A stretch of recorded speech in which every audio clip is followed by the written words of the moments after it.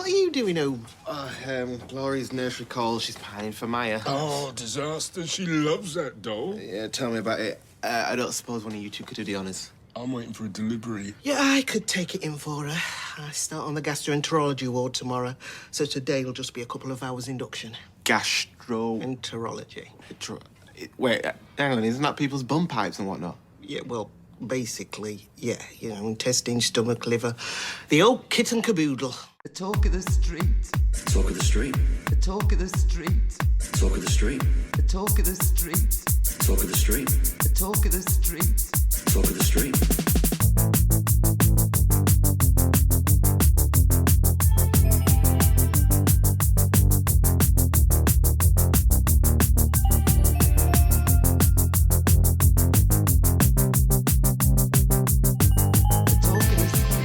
Hello and welcome to episode 204 of The Talk of the Street, an unofficial Coronation Street catch-up podcast that thinks it would have made the same noise as George if we'd opened our shed door and found Sean. I'm Gavin. And I'm down a cat. We're down a cat. Yeah, my wee pal. My wee pal Sweetie Cat has gone over the Rainbow Bridge. That was a tough day yesterday. It was a very tough day. Emotionally draining. Yes. And it wasn't even the cat that I'm most attached to. Yes. You didn't realize how attached you were to the cat until you were taking her to the vet. You don't know how much you love a cat until you're watching it in its last 5 minutes of life, thinking, you pure wee shit. You don't know. You don't know what's happening. Oh, God, heartbreaking. Absolutely heartbreaking. And I was just a wreck because I was sleep deprived.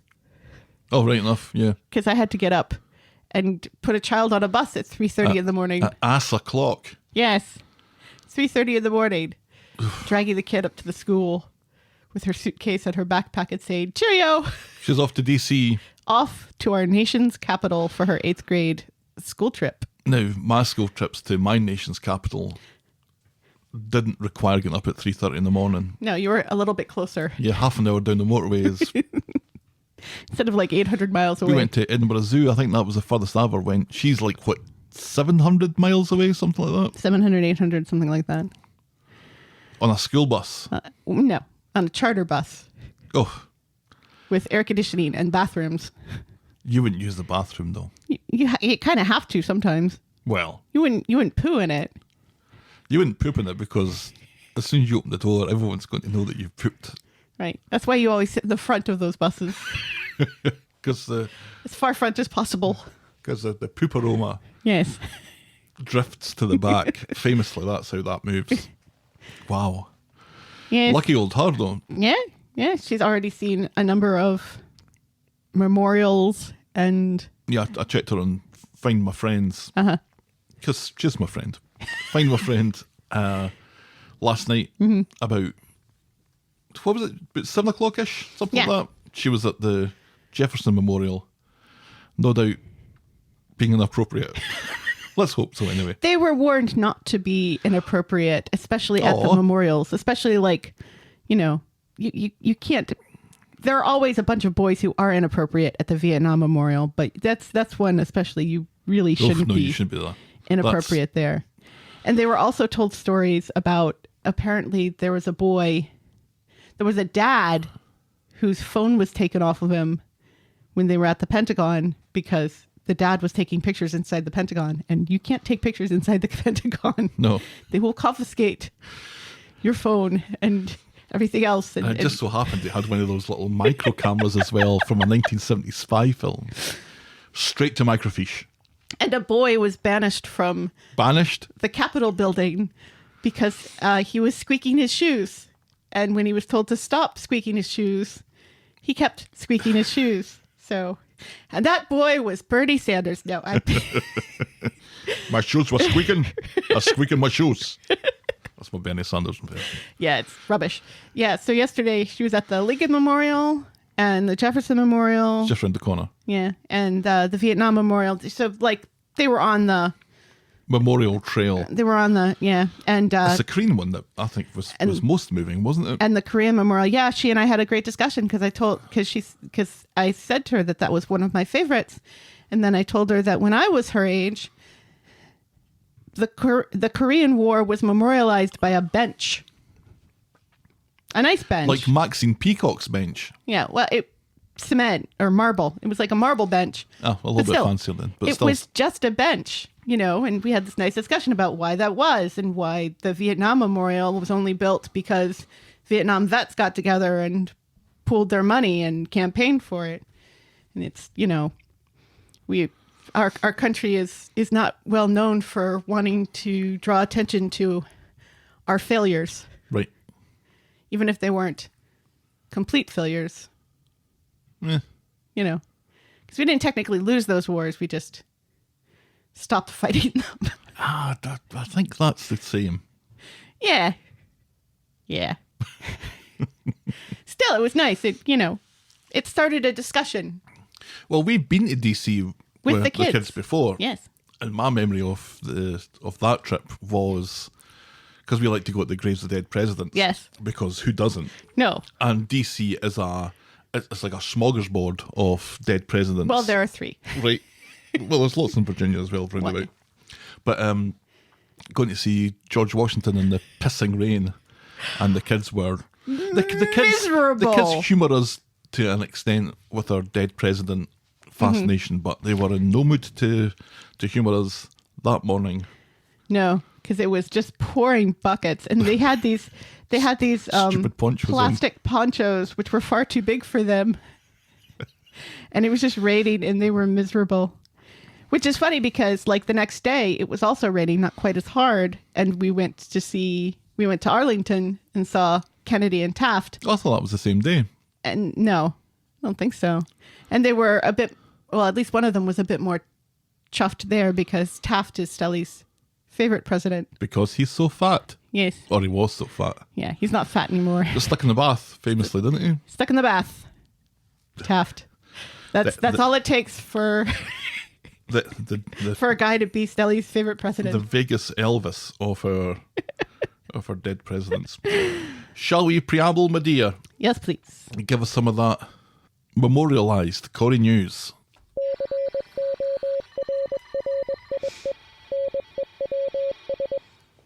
Jude Reardon earned brownie points at home this week by wishing his dad, the director Paul Rio, a happy birthday on the Insta, calling his dad, quote, the best, end quote. So Penny and Stella, you are on notice. We both expect you to call us the best on Instagram on our birthdays. I don't this expect summer. it. Well, I do. Well, Mother's Day coming up as well. Yes. In the United States. Mother's Day in the UK already passed. Yes, I do have restaurant reservations. Do you? Mm-hmm. Really? Yeah, remember how you didn't for Father's Day? Yeah, well, I have Mother's Day reservations this year. Because I don't want to be driving about Lansing looking for a place to eat. Father's Day is always tough because it's like the week we send the kids to Connecticut. So there's like lots of things going on and you never know really. But I should do better this year. now that I have made a reservation. Let us all remember, however, that I did not take my son out for his birthday until a month after his birthday. That'll learn him. Right. Happy birthday to Jude Reardon's dad. Yes, happy birthday, And Paul. also happy birthday to our favourite Canadian librarian friend. Oh, yes, Christy happy P. birthday, Christy. Christy's been quite busy researching... Oh yeah, this is a very interesting point. We were chatting last night. She's been doing a lot of research onto where sexual assault and rape kits are held, and you'd assume that hospitals have a plentiful supply of these things, and they really don't. Mm-hmm. It's like less than half of the hospitals in Canada, and less than I think 40% in Ontario have the necessary kits that are available, and they really should be. You should just think as a matter of course that Right. those things are there for women who need them, Mm-hmm. and they're not, and they should be. Yes. So I encourage everyone to find out if their local hospital has the necessary kits, and if they don't, maybe ask why not. Yeah. I remember, was it a couple of years ago, famously, someone found like all of these rape kits that hadn't been tested yet in like a closet in Detroit. Yeah. And then the Detroit police were ashamed into actually starting to process those. Yeah. And it was quite sad because quite a few of them were raped by the same person. And, if they had been on the ball with this sort of thing, maybe some of those wouldn't have happened. It's our friend Steve. His wife is one of the ones that are processing these things now. Yes. Because you think that, well, a police station will have them. But of course, people famously are happy to go to the police in these situations. Right. Well, they're not. No. So, you know. Oh, Yeah, the police famously shocking. listen to women. Right, exactly. Anyway, sorry. Anyway, back to the news. But yes, I think we shared Christie's yes. article, Yep. and yes, do check that out. It's quite shocking. Anyway, Rhys Dinsdale, who played Joe McIntyre on the show, will be returning to Corrie, this time as a director. Obviously not as Joe McIntyre, as Unlucky Joe died drowning He did. on a boat while attempting to fake his own death. Yep. Whilst electrocuting himself with a hairdryer. Right? And then a tram fell on him. Oh, that was a bit of a tense nightmare there, wasn't it? And then a roof fell on him. I think he's directed... And then Gary buried him in the forest. I think we've exhausted that line. And finally... Oh, drum roll. Sorry, Sony and Marvel. The real Spider-Man is returning to Corrie, not Queens. Very good. Jeffrey David Nugent is returning to the cobbles after 25 years away, presumably in Peru with Paddington, solving crimes Giving people hard stares. and marmalade. The character, played by Martin Hancock, will be on screen this summer. This is super news. Yes, super news. Of course, I just saw him on screen recently because I just watched 24-Hour Party People, and he and also Peter Gunn from the show are in Oh, interesting. that movie. I also saw... It was him? Yes. Oh. Yes. Yes. Peter Gunn was the farmer who was showing sheep, I think, to... Yeah. This is great news. This is the show bringing back an iconic legacy character Yeah. back to the show. Right. People have been wanting this for years. Yes. Especially as his stint in the show in classic Corrie has just ended. He was a kind of eco-warrior Yes. character, Which climbing is why he went trees to with Emily Peru. Bishop and stuff. But when he started going out with Toyah, they were living in a horrid bedsit, so he was trying to get a job. So he got a job working for the government, Uh-oh. working in their unemployment office. So he went from being unemployed to working in the unemployment office, trying to deal and process and give benefits to other unemployed people. Right. And he became rather too good at his job. So Toyah kind of lost interest in him and he went off. But Spider was just a great character. And I think this has been the news that Corrie fans have been waiting for all year. Something big happening. And Right. it seems to be Spider's return. Yes. And Spider and Toyah obviously having a little bit of history. Right. And the Toyah and Imran Imran. Supposedly getting married next week. Well, We'll see about he can't come that. back quick enough. Really looking forward to this. But in my mind, he's still Yeah. He's still... like 20 years younger, 22 Yes. years younger. So it's Yeah. going to be funny seeing him, a more contemporary version of him. Yeah, and kudos to the show for getting him back, because he's had an impressive film career since he was in a Ridley Scott's Kingdom of Heaven as well as 24-Hour Party People, and another of That other is films. impressive. But I mean, a Ridley Scott film, that's not something to sneeze at. That's not too shabby. Even though I hate most Ridley Scott movies. I remember you telling me don't that all start with Ridley an A. Scott movies were exactly the same. Rubbish, except for the ones that start with an A. I quite like Ridley Scott. And actually, in fairness, once I finally did see The Last Duel, there are hard scenes in it, but it wasn't as bad as The House of Gucci. I think he knows how to tell a story. Sometimes. The man knows how to tell a story. Didn't know how to tell a story in The House of Gucci. And that was fun. But anyway, that's Corrie News. A meandering Corrie Corrie News. News. With a little bit of opinion thrown in there as well, which, Which, is what you get in the news. I'm only human. A human who hates Ridley Scott. And all his films that don't start with an A. I think we'd better podcast for coffee.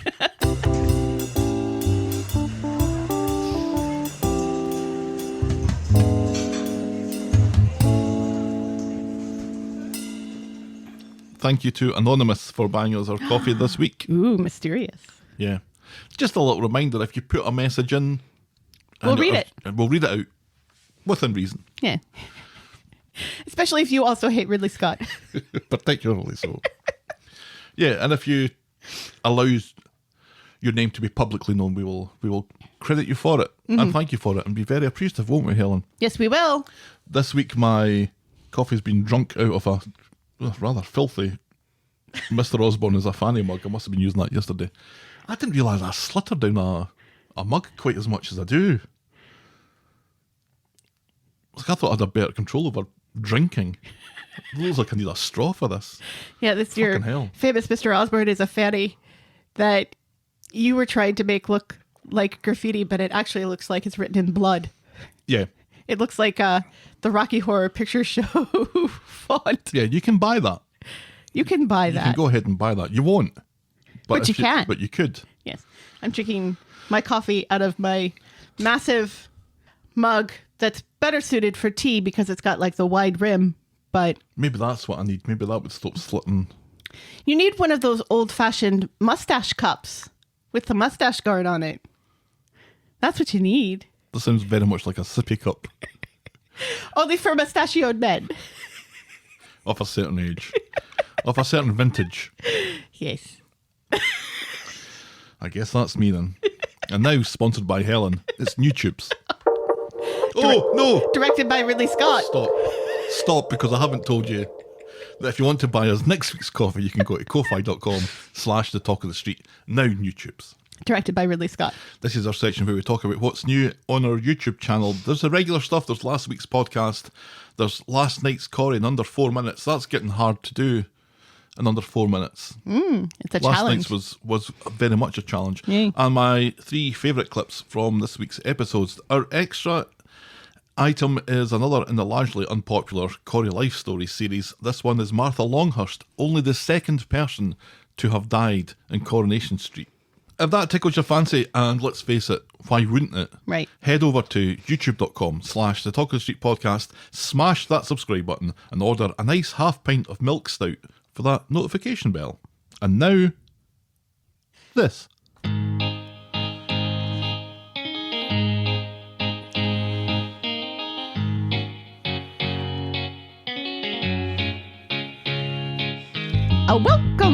Welcome. Oh, welcome to Last Year Tonight with me, John Oliver. Just enough time to quickly talk about Log Jam Central. Log Jam Central. Does this have to do with the factory and not getting packages out in time? That's right, this was an interesting one. This was ITV Stefan taking a business call while being schmoozed by Dev. Something someone was doing somewhere wasn't moving quickly enough, thus causing Log Jam Central. I was Gavin and you are fully vaccinated, baby. I was. Bitches. I should schedule my my second booster here pretty soon. Oh wait, I'm Is not that a over. thing? Yeah, I'm not over 50 though, so I can't. Never mind. We're getting boosted again. If you're over 50, yeah, And if we're not, then we don't. yeah. If we're not, then we're thrown to the wolves. I was tempted by a new career in chasing down news stories with a video camera. How's that You were working very out for you? disappointed in the Oscars. Did you ever get round to watching The Father? I still haven't watched The Father now. It's on the list. Sharon is dropping 2-second smile fades left and right this week as the murky reason for her unexpected return becomes clear. The Undertaker is unimpressed by Todd's method of doing business and relieves him of his funereal duties. Hope and Ruby have some questions for Alina before they're willing to accept her as their new step-mummy. Seb apologises to Nina and learns how important her Victorian goth lifestyle is to her. ITV Corrie and Asha take over the rent of the empty flat at Victoria Court and we're introduced to his dad, ITV Stefan, and learn that the apple doesn't fall far from the tree. Kevin and Abby become concerned when Tyrone expresses an interest in his new girlfriend being included on the hen do and join him at the top table of the wedding. In its eventful week for Peter, who manages to buff the living room floor at number 1, take residence in the flat above streetcars and get his mitts on a shiny new liver all before Monday's out.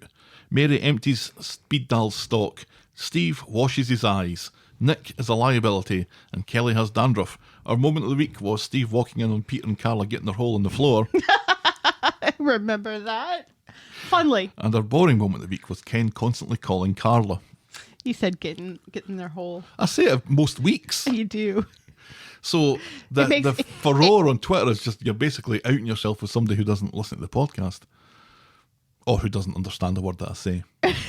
Or who just find it kind of a crass way of saying had sex. Making sweet, sweet love. Making sweet, sweet love on the floor. And that was Coronation Street and the talk of the street, this time last year. Shall we dive in, my dear? Yes, please. Now, our first storyline this morning is our last storyline this morning. So let's jump into story number 2, which is The Secrets of the Undertaker. On Monday at Eileen's, she, Todd and Sean are still suspicious of the Undertaker and his cat situation. Once again, he insists that Ridley the cat is too protective for Eileen to stay over, and she was in the cattery that time Todd stayed over, so they remembered that. Remember, last week we were kind of worried about, if Todd stayed, did Todd not stay with him? Right. And I thought maybe Todd just stayed in the funeral parlour. Home. Yeah. Eileen refused to be second to a cat. No. Well, lots of cat stuff this week. Yeah. So And Ridley stuff this week. Coincidence? I think not. Probably. So Eileen and Sean go round to the Undertaker's house to find the cat, or evidence of the cat, or evidence of a wife, or evidence of a girlfriend. And they go round the back to see if there's a cat flap. Or a boyfriend. Or a wife flap. Or a girlfriend flap. Oh. Or a garden gnome. Or a butt plug. Shaped as a garden gnome. Ay caramba. I'm sure those exist. But while they're snooping around, they hear George come home singing the Sky Boat song for some reason. So they have to run off and hide. Now, Isn't it because they were talking about musicals earlier? well, they were talking about In the Heights earlier. No, is it In the Heights and West Side Story? So I was sing a very song from that. disappointed. I was very disappointed they didn't mention my favorite musical of last year, Tick, Tick, Boom. Oh, well. West Side Story was great. It's Steven Spielberg one. And The Heights was okay. Yeah, Sean wasn't taken by it. Yeah. Sean likes musicals. Of course he does. He's gay. Right. All gay men are required to like musicals. Didn't you know this, Gav? It's in the handbook. Armed with his brolly, the Undertaker finds Sean hiding in his shed. An irate Eileen leaps to his defence, sick to the back fucking teeth with this pish from the Undertaker.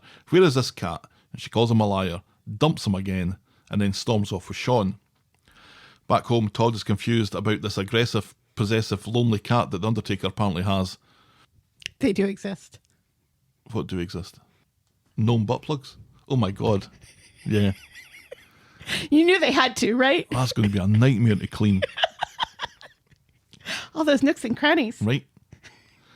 Yeah, Todd is confused about this aggressive, possessive, lonely cat that the Undertaker apparently has. Given that he doesn't have a third nipple or any far-right tattoos, he goes off to speak to him and get this sorted out. Yes. Todd finds the Undertaker in the Rovers, and after some fairly aggressive probing, the Undertaker But not like that. the Undertaker finally reveals that the problem is that he snores.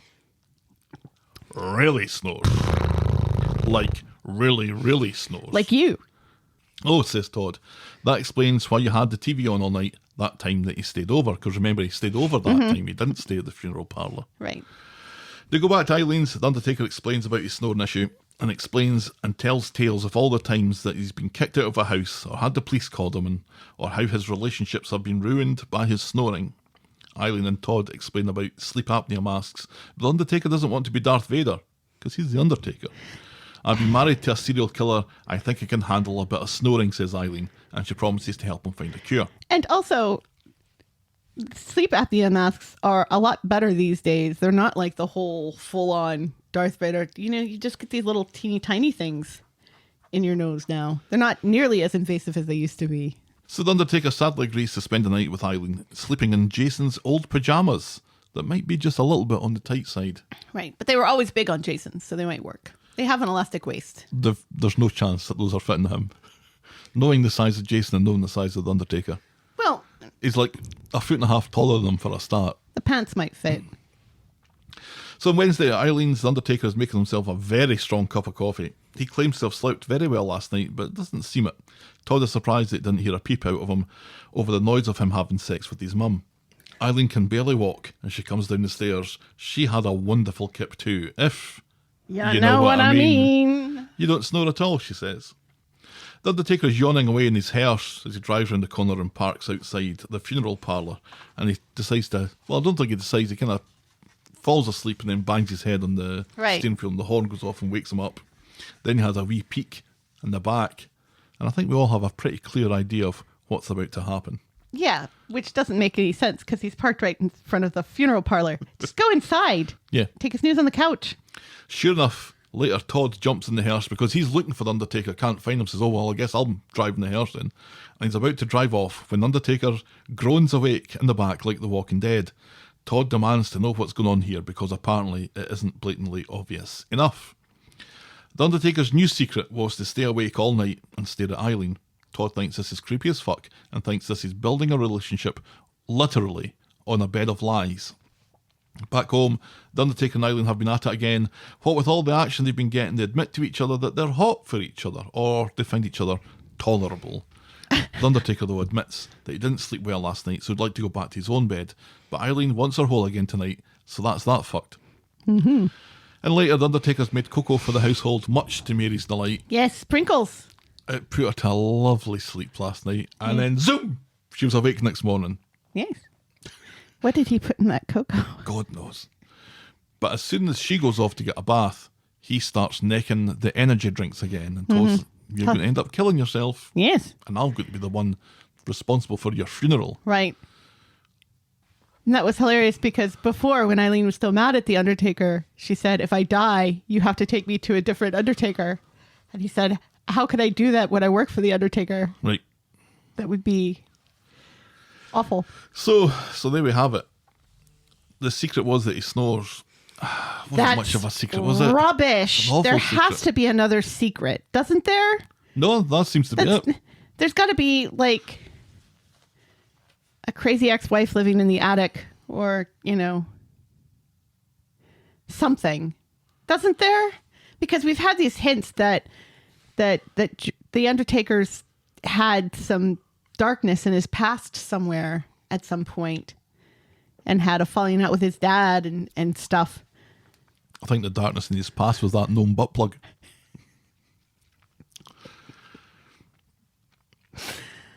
Available on Amazon. Apparently so. You can buy that on Amazon now? I don't know. It's called the Ass Midget, I think. It's the brand name for the garden gnome butt plug. I'll share a link on Twitter later. That's fine. I don't think anyone's calling out for it. Well, maybe they are. Who knows? Who knows? Who knows? Maybe No. No, that's not maybe. that's going to be your Father's Day present. That's all I need is another pain in my ass. Oh, but a pub dish. No. So what do you think of it? Well, It's a bit of a letdown. It is a letdown. But I'm glad they didn't break up. Well, Ish. they did. But it didn't last even a whole day. No.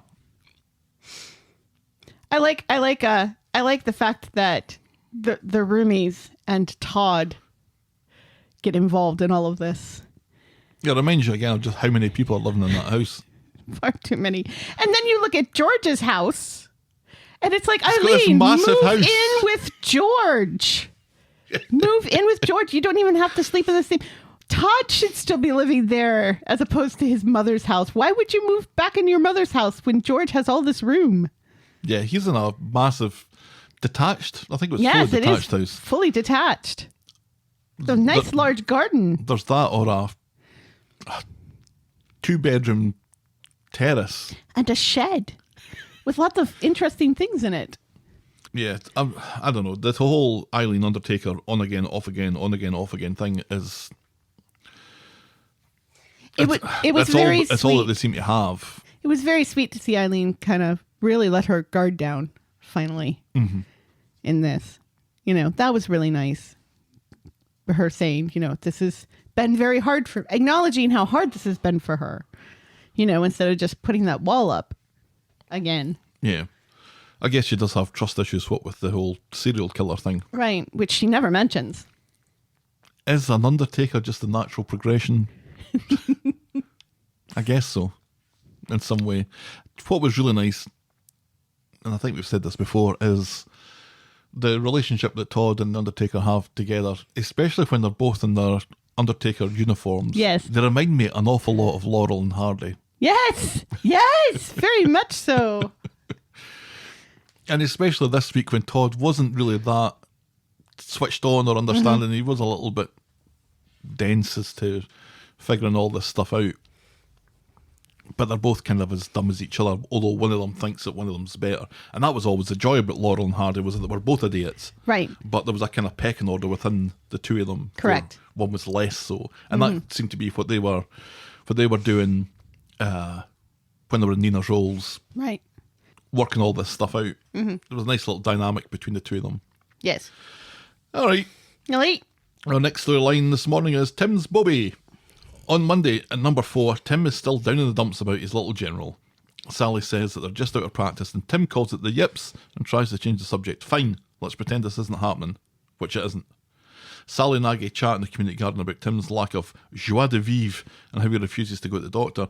Pride should be one of the deadly sins, says Sally. I think it's number 1, isn't it? Yeah. I That looked was it up. meant as a joke, Was right? it? I don't think it was. Well, from Sally's point of view, from the writer's point of view, I think it was a joke. From Yes. Sally's point of view, it wasn't. No, but that's what I meant. I think for the writers, it was a joke that Sally, who thinks she's so smart and is so proud and Right. her intelligence, doesn't know that pride is one of the 7 deadly sins. Yeah, so she's going through the 7 deadly sins and ends up on the 7 deadly dwarfs by going bashful and sleepy is a deadly sin. And Or the 7 deadly garden gnome butt plugs. like Maybe that's each and every one of them's deadly. maybe that's what Tim needs. I don't want to think about that too much. Meanwhile, he goes off to Tracy's florist to get Sally some flowers and manages to pick up some half-price blooms. And he gets back with Which the are flowers very pretty and massive, so it still probably costs quite a bit. and an apology for snapping at her. She's voggling little general problems and then goes off to find a vase for these beautiful half-price flowers that you've given me. She was funny. In the bistro, Tim and Sally are discussing other storylines of the week as they decide what to have for dinner, and Sally, predictably, fancies a bit of sausage. Back home, Tim is evasive again when it's time for bed. Sally's understanding, but just wants to be held. So it looks like they go off for a bit of that. On Wednesday at number 4, Tim is getting wired into his honeydew list. Sally's initially impressed, but thinks he has other things he could be working on, like now. Sally is initially impressed, but thinks that he has other things he could be working on right now, like his little general. It affects her too, which she's made perfectly clear up to now. She asks him to get help from Dr. Gaddis, but he thinks he just needs some Tim time. Not trammy time. Trammy time. Trammy time is something that comes up later. Tim has nipped out for a new drill, But not like but that. Sally has had enough and packs her bags to go off ice skating again. Tim admits that he's freaking out, but books himself an appointment when he sees how upset Sally is. And at Dev's, he's on Tinder, and he's swiping away like a motherfucker on that thing. Yeah, Dev. The ladies be tripping on Dev. Dev's on Tinder. Look out, ladies. He brags to Tim about how great he is at the sex, and then takes a selfie, and then has a wank. Tim leaves his whipped cream on the table, makes his excuses, and leaves. I wasn't sure what the point of that was. To make Tim feel, Inadequate? yeah. Oh, right, okay. But just before Sally heads off to learn how to ice skate better, Tim has phoned Gaddis and cancelled his appointment already. And that's as far as we get with that. I appreciate that the show is talking about how this sort of thing does affect both partners. Right. That when a man has problems of this nature, it affects kind of the self-esteem and the mental health of the woman partner as Right. well. That she will start to feel inadequate and unloved and like she's not doing her job properly in the relationship, you know. And I don't think that's something that's spoken about, frankly, about this sort of thing. No, it's typically treated as a bit of a comedy item. Right. Oh, that's funny. Tim can't get it up. Isn't that hilarious? Right. And like in commercials and stuff for erectile dysfunction medication and stuff, it's made out to be this a Cowboys getting back on the horse. well, yeah, or that it's just that that solving your erectile dysfunction will enhance your love life more than it will. I'll repair it. Right. Right. Yeah. And doesn't focus and focuses very specifically just on the act or, two people sitting in separate bathtubs and holding hands watching a sunset. Then, then the fact that this is something that can affect marriages and, quite and can damage relationships in a way above and beyond the act itself, Well so put. to speak. Absolutely. So yeah, kudos for the sensitivity. Well, it needed something like that because otherwise it is, again, getting into a little bit of the repetitive nature that we were speaking about in the Eileen and the Undertaker storyline, Right. where it's like, this is what we kind of fall back on Right. with this couple when we're trying to write a we've story seen- for them. We've seen Sally walk down the stairs disappointed more than once in the past couple of months. Yeah, and dressing up more than once in the last couple of months and Right. stuff. And trying to enhance things Yeah. on her end, and it just doesn't work. And she can't blame Tim's mum on it anymore because she's gone. Yeah, I reckon that probably did have something to do with it Right. at the start, but And again, not so much now, obviously, when she's not there. he did just have major heart surgery. I know the show likes to pretend that it wasn't, but it is. Right. So, Yeah, within, the last couple of months? right. So it's kind of reasonable that maybe not everything would work, or that he would be mentally blocked in some way of worrying about his heart and overexerting his heart and maybe causing problems. Right. And again, like I mentioned last week, perhaps we're finally getting our first COVID story that Tim had undiagnosed COVID and Right. everything, because COVID does cause erectile dysfunction. So go get vaccinated. That's our medical advice of the week. We don't have a jingle for that. No. We need to get a jingle for that. Yeah. Our public service announcement. Dev on Tinder, though. It's shocking to me that he wasn't on Tinder already. Yeah, but the downside of this was learning that him and Bernie aren't a thing anymore. Well, we kind of knew that. Did we? Yeah. Yeah, because Bernie's not going to go out with a guy who called her all of those things again. I thought they'd made up after that. I think they are back to being... I think they repaired their friendship, but decided they were better as just friends. I can't imagine Bernie saying, no, I'm going to stay with somebody who treats me that way. But I thought Asha and Addie had enough to say about him when he was going out with Bernie to now he's going out with multiple different women in a week. Yes. I think they'd have something to say about that as well. Well, they're busy with two other storylines. Two other storylines. So... Right. Let's move on then to our next storyline this morning, which is Jacob's conciliatory cream horns. On Monday, outside the florist, Tracy gets stuck into Jacob about being out of work. Jacob is amazed. Do you think people would be biting their hands off for a guy with a criminal record and no qualifications, he says. Isn't this the last story? Yeah. Oh, you separated things out. I hate when you do this. Well, there was too much that was not related until right to the end. There's been far too much jumping backwards and forwards. This is for the best. Trust me on this. Sure. Well, you have no choice. Yeah, he has no qualifications. He's trying to find something at the job centre, which he calls the joke shop. Yes. Mary thinks Jacob is a remarkable young man. Yes, she does. Which is sweet. I like... Because Mary is like... She's not a good judge of character. You're going to say she's a good judge of character, but then she has a son for whom she is not a good judge of character. Right, yes, but we always have a blind side when it comes to our children. She's not the only one on the show who has a blind side when it comes to their children, as we know from things that happened this week. Right. But, she's... I was going to say she's like a dog, because if a dog trusts a person, then that's a trustworthy person. But I didn't want to compare Mary to a dog. So Jacob doesn't have a job. Guess what's going to happen? He's going to go and deal drugs again, because that's what happens on the street. When Nope. somebody involved with drugs has disappointments in their lives, they get back on the drugs. Or Amy goes to the factory and tries to get Jacob a job. Who do I go to for references, Carla? Sharon Bentley or Pablo Escobar? That's right, because that's what Jacob was. See, says Amy, this is a fucking problem. No one wants to forgive. It's one chance, and then you're out. Right. We forgive certain people, but not others. Right.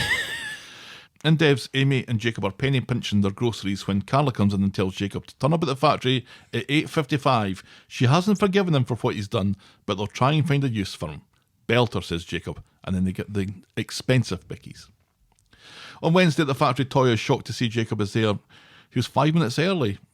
Carla comes in and confirms this is all above board. Toyah points out what he did to Simon and Leanne. Carla points out that she doesn't answer to those people, or to Toyah for that matter, and Toyah does not like that one little bit. But she's right. And I'm glad Carla said this, because this happens all the time, that people get angry at her for things that she does in the decisions she makes in the factory. For being responsible for the economy of the entire street, more or less. Yes. And it's like, it's not your job to criticize me. I'm the boss here. And also, what goes on outside this factory, your bitter rivalries and things that go on outside this factory, you not liking somebody outside this factory has no effect on whether or not they can do a job in the factory. It's my factory, not your factory. Otherwise, nobody would employ Sean. This is true. Right? This is true. So Toyah ducks out of work and goes to tell Leanne, who is furious but is quick to allow the subject to be changed to a different storyline. Carla has taken Simon and Peter out for a celebration meal at the bistro. Nick has heard about the Jacob situation and stomps over to make his displeasure known to paying guests. What's this all about, says everyone, so Carla has to explain. She tries to point out that Jacob was as much of a victim of Harvey's gang as anyone, but Simon decides to be an asshole about it and stomps off in a huff, accusing Carla of choosing a drug dealer over someone who robbed Audrey in broad daylight. Peter goes off to speak to Simon. Don't look at me, says Nick. This is your mess. Yeah, no, it's your mess that you... Because, you barged in here and thought it was your job to tell everybody about this. Go fuck yourself, Nick. Right. God, he's either crying... With a garden gnome butt plug. I think we've found this episode's through line. In the community garden, Simon is complaining to Kelly about Jacob. Why does everyone have a blind spot for him? I think he's quite nice, says Kelly, who remembers the time that Jacob saved her from a nasty drug dealer. So Simon goes off to prove everyone else wrong. Okay, says Kelly. Yeah, I was definitely right not to shag him. That was a great okay. Yeah. Okay then. Good She stuff. learned that from Dev. So Simon, who doesn't work at the factory, goes into the factory and rather embarrassingly makes a scene telling everyone the truth about Jacob, who's a drug dealer and played wheels on the bus or something. I am not happy about this, he says. Oh, yeah, he was mocking. That was part of the whole mocking Leanne for Oliver's death. See, I kind of remember him joining in on that or not doing anything to stop it. Right, yeah. Yeah, he doesn't want to remember that part, though. Having said his piece, Simon swaggers out, forgetting that Jacob flattened him a couple of weeks ago. Carla advises Jacob to keep his head down and get on with his work, but Sean has already decided to sneer at Jacob. Wearing his North Korea sweater. Later, Jacob has bought tasty treats for the Knicker people. No one is interested until he makes an impassioned speech about making mistakes and trying to do the right thing and making Amy happy. This is enough for Kirk, who probably would have eaten something anyway. Baby steps, says Carla. And after work, Carla thinks Jacob did good, but as soon as she's gone, Simon comes swaggering out of the shadows and reminds Jacob of him being a bit nasty to Leanne a few months ago. Simon really does have a bee in his bonnet about this whole the wheels on the bus thing.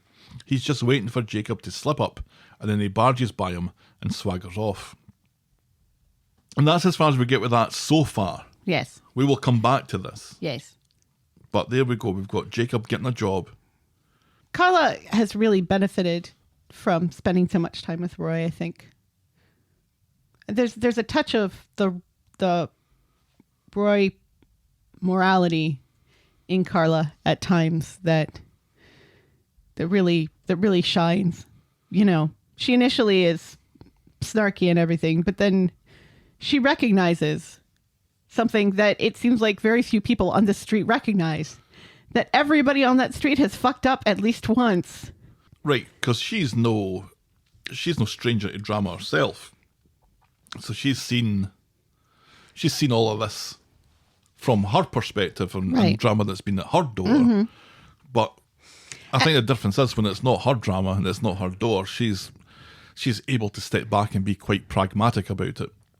And deal with the slings and arrows of Right. the residents that this ends up attracting. And is also seemingly the only member of Amy's family that recognizes that what's good for Jacob is good for Amy.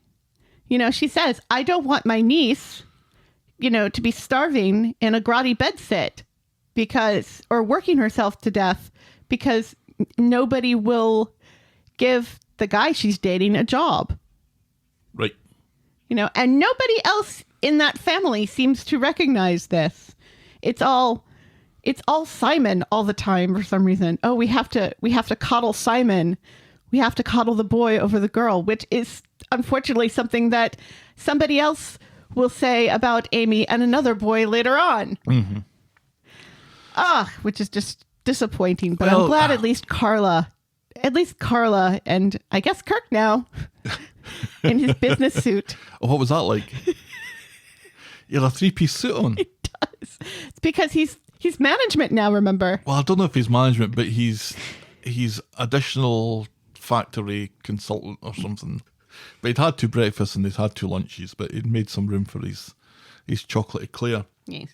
I think with the whole Amy thing at this point, though, is that nobody wants Jacob to succeed because Tracy wants Amy back. Right. So no one's going out their way to help this because they don't want it to work. Right. Carla, though, is thinking about the present. Right. And thinking about how important it is from Amy's point of view, given what she's been through as well in other storylines. Right. At least the taste of success and happiness is probably most important to her right now than abject failure. Yeah, and she seems to be the only one who realizes that by making Jacob fail, you make Amy fail. Right. By hurting Jacob, you hurt Amy. So that's not really the best way to get her back.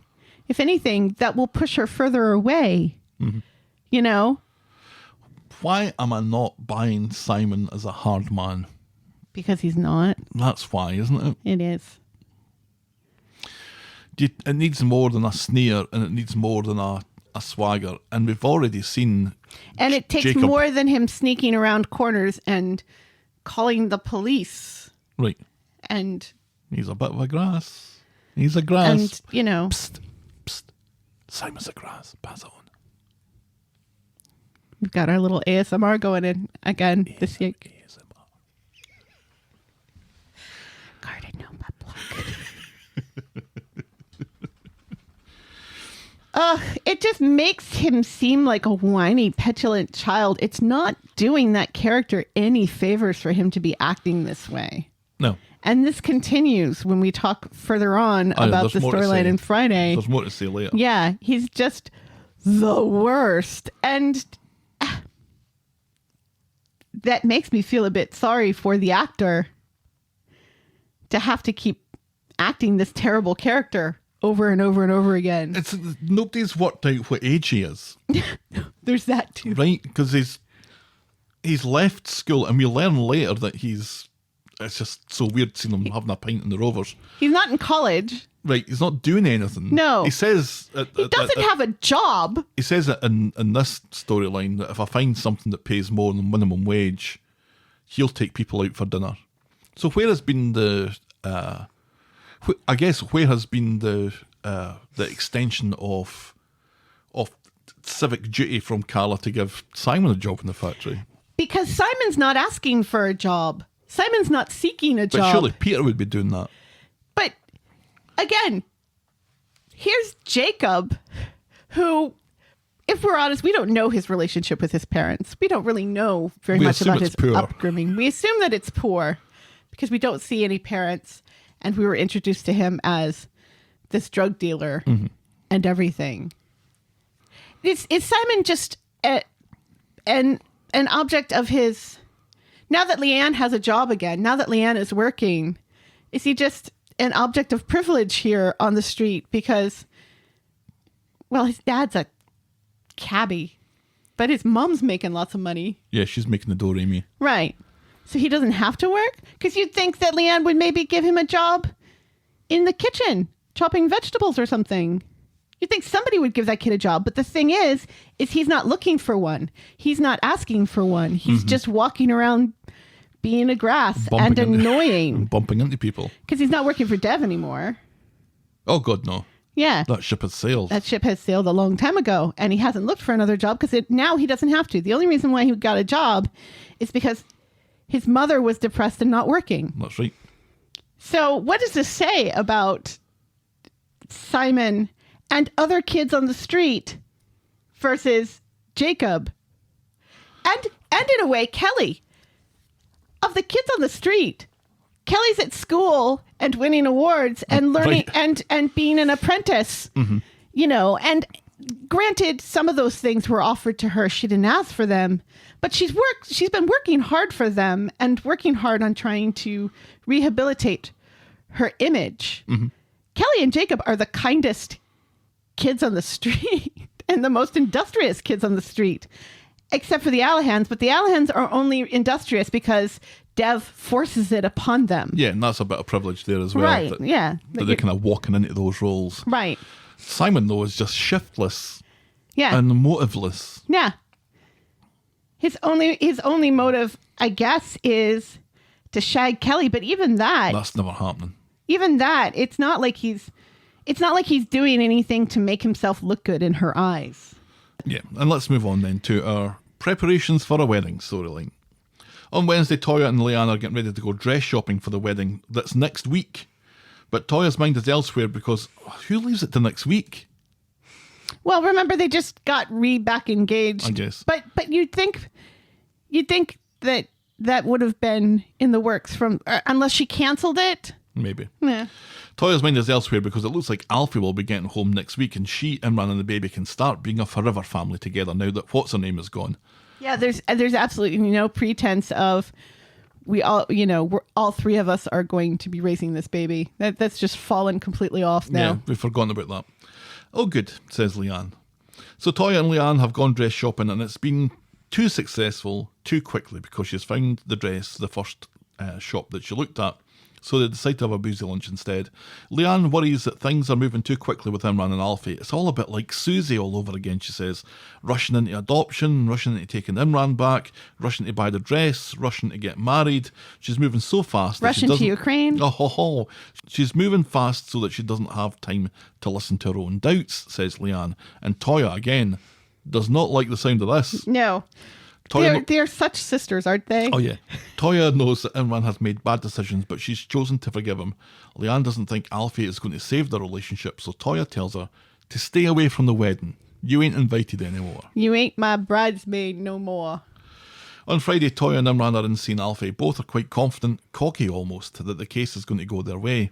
Neither of them are in the mood much for their stag and hen do's, and Toyah thinks again that it's best that Leanne stays away. Then Imran bumps into Zidane. Zidane's back. Yay! Remember we were just asking where he was. Yeah. Zidane invites Imran to evening prayers because it's Ramadan. Fuck that, says Imran, and he invites Z to his stag do. It'll be after sundown, so it'll be okay. Just him and a few of the lads, apparently. Zidane has no intention of attending. No. Oh well. So at home, Toyah is dressed as a Christmas present. It's nice to see them, being nice to one another, though. Yeah. After the whole... Rana Yeah. Ranatastrophe. At home, Toyah's dressed as a Christmas present and ready to head out for her hen I do, like her dress.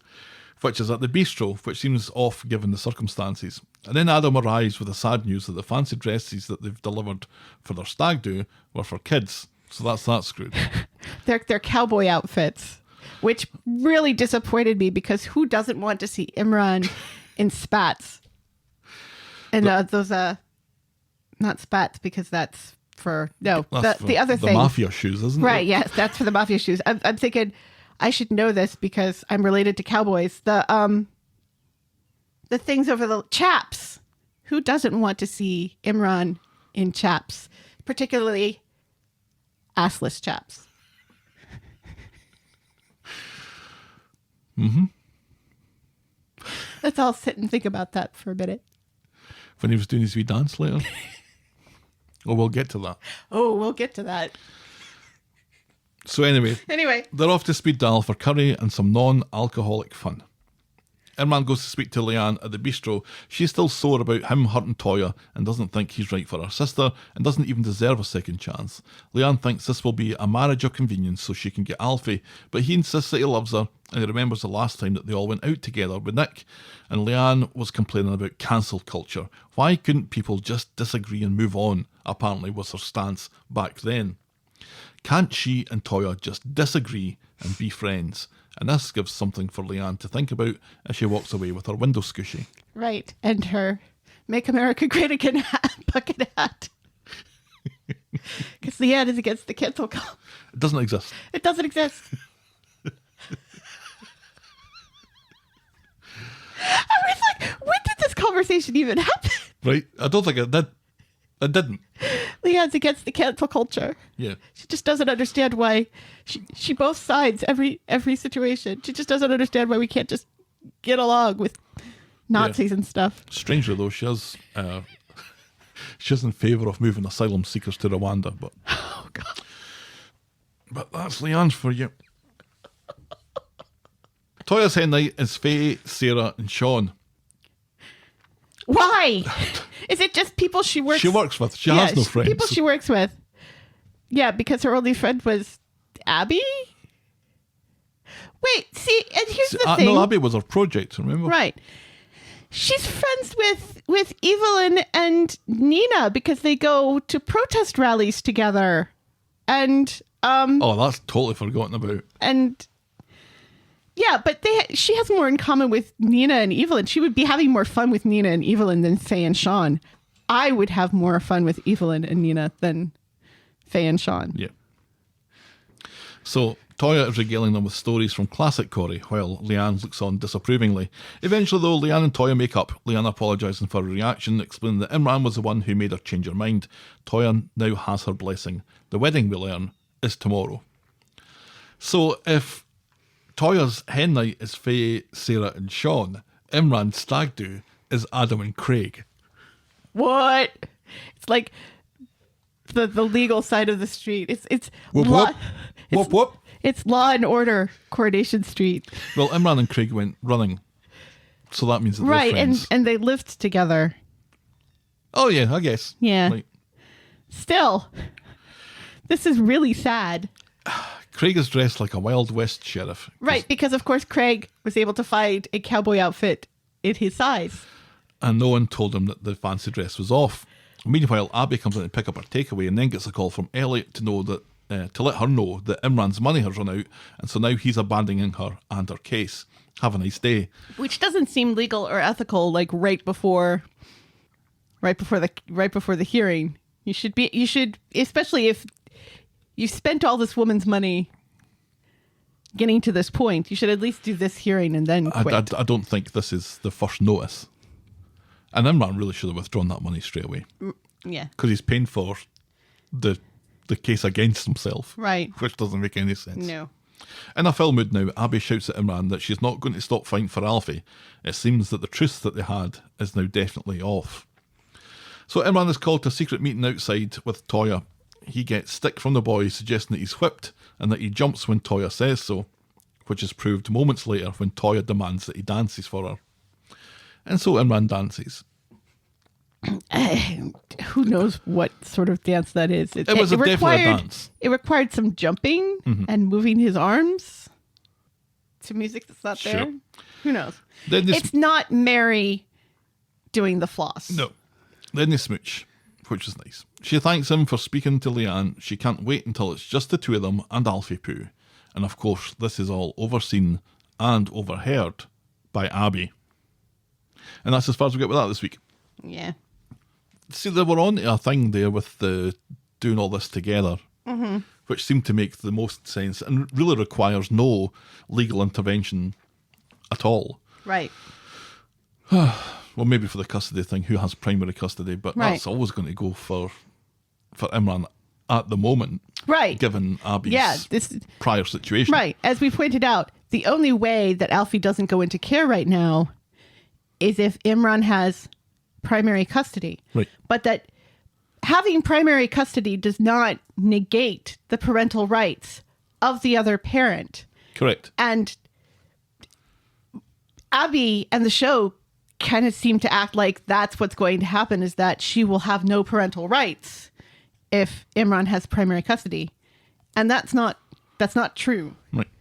But it seems like a lot of the legal processes of family court is just lost on people generally. Like this whole Jason Sudeikis, Olivia Wilde thing. You know, people seem to think that Jason Sudeikis was, you know, purposefully had Olivia Wilde served custody papers while she was on stage at CinemaCon, and he has no say in that. Right. You know, it's the process server that works for the court, not for Jason Sudeikis or his legal team. But anyway, I still think that Toyah's up to something. it does seem like she's gonna go through with this marriage, and drunken Toyah does seem to still love Imran. That's true. That is true. I still think, though, that she's got a surprise up those Christmas present wrapped sleeves of hers. Wasn't there something about... No, because it was sleeveless. Was it? Yeah. She was wearing a cardigan over it, remember? And they told her to take it off. Off. Just the cardigan. Off. Not that. And Sean was wearing a pink boa. All right.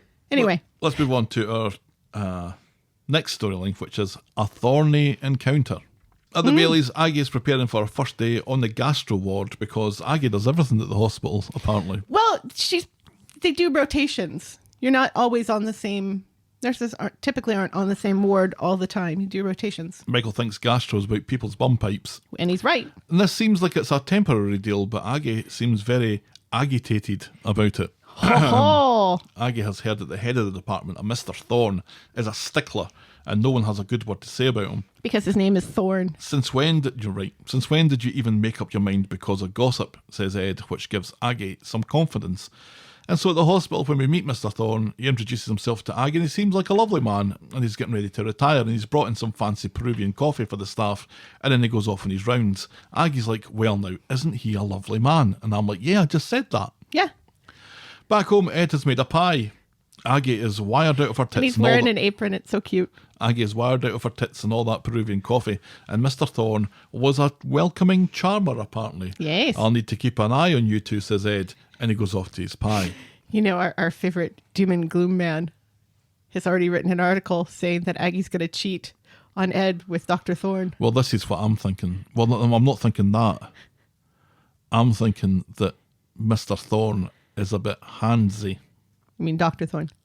No, it's Mr. because he's a consultant. Oh, see, that confuses the heck out of me. But anyway. Oh, I hadn't thought of that. That's where I think this is going. I hadn't thought of that. But you'd think that the nurses would be specific that that is the problem with him, that he's handsy. I don't know. You'd think nurses of all people would be honest with one another about which doctors and consultants to steer clear of, as far as that's concerned.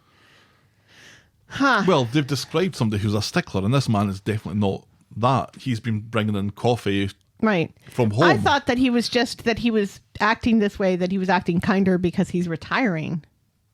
Then what's the point? Yeah, it confuses me. Yeah, I think he's going to take a little. I think he's going to take a little bit of an unwelcome shine to Aggie. Is where I think we're going with this. No, But you might be right. It might be requited. Who knows? oh, I don't think I don't Aggie- think I it's don't think- requited. I don't think it would Aggie's ever like be that. requited. Because Aggie loves Ed. I think we've firmly established that Yeah. with the whole Michael's Parentage thing. paternity thing. Yeah. Well, we'll see, I guess, in the weeks to come, but it just seems like it's a strange thing to do. Introduce this charming old man who's about to be retired off and therefore probably go out of the show. Then there has to be some reason for him, right? Yeah. One would think, unless it's just about Aggie. It feels very timely to have that. Well, I guess we've done it again. Well, now with adult women instead of teenagers. Right. Who knows? Yes, because let's remember, soap operas are all about women suffering at the hands of men. Mm-hmm. Name one storyline where women don't suffer under the hands of men. At the moment, Yeah. The Undertaker. He lied to Eileen, and Eileen thought that he was... She suffered mentally over this with him not explaining that it's something rubbish like snoring. Right. Tim's stuff we've already talked about. Yeah. Sally being Suffering. suffering there. Jacob's conciliatory cream horns is all about Amy, really. Right. And I guess Leanne suffering at the hands of Jacob earlier. And also Carla being, treated like shit for doing a kindness. The Toyah and Leanne storyline. Yeah. Is Toyah and Abby. Yeah. And would just be added to that. Yeah. If that's the way this is going. Yeah. Our penultimate storyline this morning is building bridges with Alya and Yasmeen. I don't think there's an anti-female movement in this storyline. Well, Yasmeen was abused by her. I mean, it's all down to Yasmeen's abuse in the past, and also Zidane taking advantage of her and trying to build bridges, but it's also an awful lot of what Yasmeen's done, an awful lot of her motivation.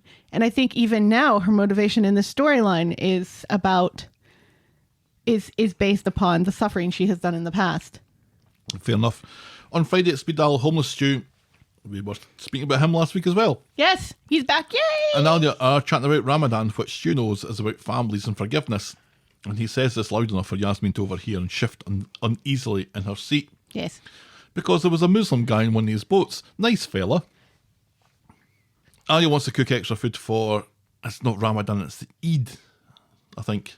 Which is part of it. And donate to charity and the hungry in the area. And homeless Stu is keen to help, and so is Yasmeen, which secretly pleases Alya. And homeless too. And later, Yasmeen, Stu and Alya are trying to organise an event with Yasmeen taking on far too much work as per. Absolutely. Alya has missed this teamwork. And Yasmeen has to admit that so does she, but she's a bit cautious about admitting. Right. Yes, because whenever she has been open and loving in the past, she is harmed. And Dev's homeless Stu is putting up flyers for the charity event thing. Zidane comes in and is upset because he wasn't told about this and didn't get an invite. Of course you weren't. Stu tells him to go and speak with Alya and Yasmeen, and Zidane's like, well, I don't think they want to listen to me. So homeless Stu says that he'll maybe have a word and lie and say that he offered to help. And that's as far as we get with that. This is just reminding us basically that they're not all getting on. Right, yes. And we get to see Zidane and homeless Stu. And Yeah. we're happy about that. And, Well, it's nice. partially happy, Right. yes. And it's nice to see, homeless Stu really becoming part of this team. He's like the new Ryan. I mean, although Ryan should be there. Did Ryan and Alya get back together? No, not fully. No. They were sort of moving towards that, and then Ryan disappeared, and then Alya disappeared, and now they're both back sort of on the show. Mm-hmm. So hopefully they'll get back together again. Homeless Stu kind of gets his feet under the table now. He's not. Yes. He's not going out of his way to be helpful and Right. and useful. 'Cause he's Although already in a done way that. he is, He's not really because- trying to ingratiate himself to them. He's just trying to be. Helpful. Well, he's just And part of the team. just being a team player, basically, right? Yeah, because like the way he takes that list off of Yasmeen and says, right, I'm going to go make the flyers. And he makes these lovely flyers. Those are fantastic flyers. Homeless Stu, who knew? Creative homeless Stu. Yes. Pronto print Well, homeless Stu. we knew he was creative because he's a musician. And there, that's all that I've really hammed on that. So I guess we'll be catching up with them Next next week. week. It's nice that I like that they don't forget that they have Muslim characters on the show. I like that they have incorporated Ramadan. And this isn't the first time Ramadan has been incorporated. It's the first time I can remember hearing evening prayers being mentioned, though. Yeah. But, I mean, when you think about it, they didn't really... I don't remember them anybody on the show last week saying the word Easter. They said they said holidays. Bank holiday. It's a bank holiday. It's a holiday weekend. Nobody said Easter. Nobody painted eggs. Billy didn't make a big deal about having Billy to should have made a big preach. deal of it.